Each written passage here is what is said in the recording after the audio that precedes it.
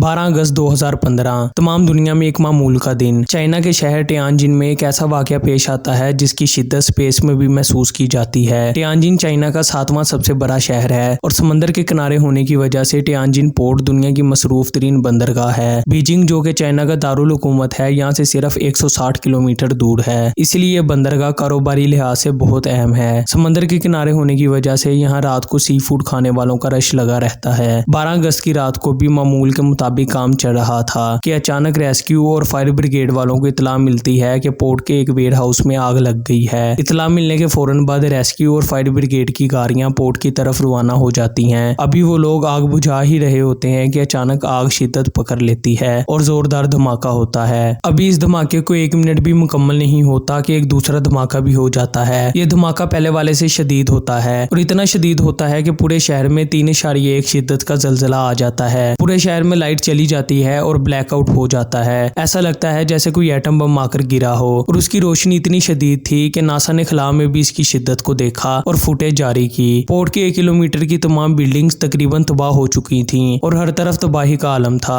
अब हुकूमत के लिए बड़ा मसला बन चुका था कि वो कहां लोगों को रेस्क्यू करे, क्योंकि पोर्ट के साथ साथ घरों में भी लोग जख्मी हुए थे और रेस्क्यू एहलकार जो आग बुझा रहे थे वो सब धमाके में मारे गए। सुबह तक इतला मिली कि 173 लोग इस हादसे में मर चुके थे और हजारों की तादाद में लोग जख्मी थे और 8 लोग तो ऐसे थे जिनकी लाश तक न मिल सकी। जब चाइना की सिक्योरिटी एजेंसी ने तहकीकात की तो हैरानकुन बातें सामने आईं। इस हादसे का मरकजी किरदार यू जुई था। ये शख्स रुई हे लॉजिस्टिक कंपनी का मालिक था। ये कंपनी फर्टिलाइजर्स, नेल पॉलिश और दूसरी केमिकल से बनी चीजें बनाती थी। चाइना समेत पूरी दुनिया में असूल है कि ऐसा मटेरियल जिससे आग लगने का खतरा हो उसका बहुत ख्याल रखा जाता है और हर मुमकिन तौर पर किसी भी खतरे से निपटने के लिए तैयार रहा जाता है और कई केमिकल्स पर तो पाबंदी भी लगी होती है तो उसको भी चेक किया जाता है। इस सब काम के लिए हुकूमत टैक्स लेती है और काफी शराइत भी होती है। कंपनी का मालिक यू जुई टैक्स से बचना चाहता था और चाहता था कि उसका सामान पोर्ट पर ही आए, क्योंकि पोर्ट से उसकी कंपनी का फासला ज्यादा ना था। इस काम के लिए उसने उस पोर्ट के आला ओहदेदारान को भारी रिश्वत दी और उन सबसे कहा कि एक रात के लिए सारे सामान को पोर्ट में रखा जाए और अगले दिन कंटेनर में सारा सामान कंपनी अपने पास मंगवा लेगी। वर्कर्स न होने की वजह से वो सामान उस रात के लिए पोर्ट में ही रखना पड़ा। किसको पता था कि उसी रात इस सामान जिसमें sodium cyanate, nail polish liquid और फर्टिलाइजर्स शामिल थे इतने बड़े हादसे का सबब बन जाएंगे। रिपोर्ट के मुताबिक इस हादसे में $1 बिलियन से ज्यादा का नुकसान हुआ। 2000 के करीब नई गाड़ियां जल गईं। पूरा पोर्ट और वहां मौजूद सारे बहरी जहाज तबाह हो गए और करीब की कई इमारतें भी गिर गईं। पुलिस ने यू जुई के साथ 49 दूसरे लोग जिनमें ओहदेदार भी शामिल थे सबको गिरफ्तार कर लिया। अब सबकी नजर अदालत की तरफ थी। अदालत ने फैसला सुनाते हुए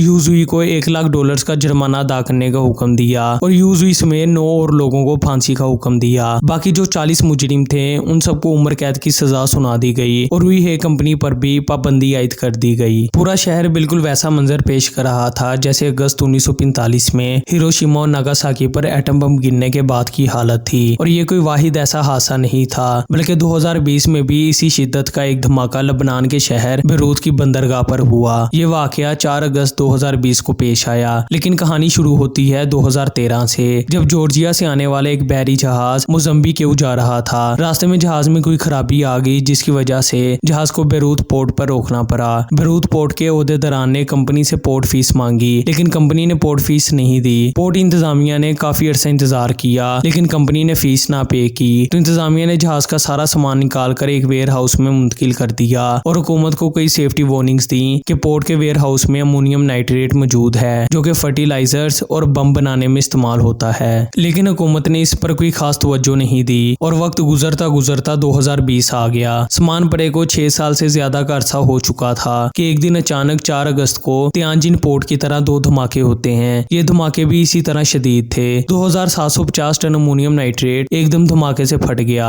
तकरीबन पूरा बेरूत शहर जलजले से लर्ज उठा और हर तरफ तबाही नजर आई। 218 लोग जान से गए और 7000 से ज्यादा लोग जख्मी हुए। 3 लाख के करीब लोग ऐसे थे जो बेघर हो चुके थे। वजीर आजम ने 2 हफ्तों के लिए इमरजेंसी नाफिज कर दी। इस एक दिन में लेबनान को $5 बिलियन का नुकसान हुआ। शहर की तमाम इमारतों के शीशे भी टूट गए। हुकूमत ने बड़े पैमाने पर इन्वेस्टिगेशन शुरू कर दी। पोर्ट इंतजामिया ने कहा कि वो हुकूमत से कई दफा कह चुके थे कि इस केमिकल को कहीं और मुंतकिल किया जाए, लेकिन हुकूमत ने कुछ न किया। 5 अगस्त को वजीर आजम हसन दियाब ने इमरजेंसी नाफिज की और 10 अगस्त को इस्तीफा दे दिया। ये केस अभी तक अदालत में चल रहा है और तहकीकात जारी हैं। कोविड कोविड आने की वजह से तहकीकात को रोका गया था, लेकिन अब दोबारा इन्वेस्टिगेशन स्टार्ट हो गई है। इन सारे वाकयात ने सबक दिया है कि ऐसे केमिकल्स जो सेहत के लिए मुज़र और जिनकी एहतियात जरूरी हो उनका खास ख्याल किया जाए और हुकूमतें इस सामान को चेक करती रहा करें ताकि ऐसा नुकसान आइंदा ना हो। इन सब वाकयात में एक चीज मुश्तरका थी जो कि है अगस्त का महीना। ये तमाम वाकयात चाहे हिरोशिमा और नागासाकी पर एटम बम गिरने के वाकयात हों या बेरूत और टियानजिन पोर्ट्स के धमाके, ये सब अगस्त में रोनुमा हुए। अब ये महज इत्तेफाक था या कोई प्लान, इसका किसी को इल्म नहीं। आखिर में अल्लाह से दुआ है कि अल्लाह तमाम इंसानों की हिफाजत फरमाए और इन हादसा से महफूज रखे, आमीन। हमारी आज की वीडियो आपको कैसी लगी कमेंट सेक्शन में जरूर बताएं और चैनल को सब्सक्राइब कर दें और बेल आइकन पर क्लिक कर दें ताकि आपको मजीद ऐसी इन्फॉर्मेटिव वीडियोस मिलती रहें। मुलाकात होगी अगली वीडियो के साथ, तब तक के लिए अल्लाह हाफिज।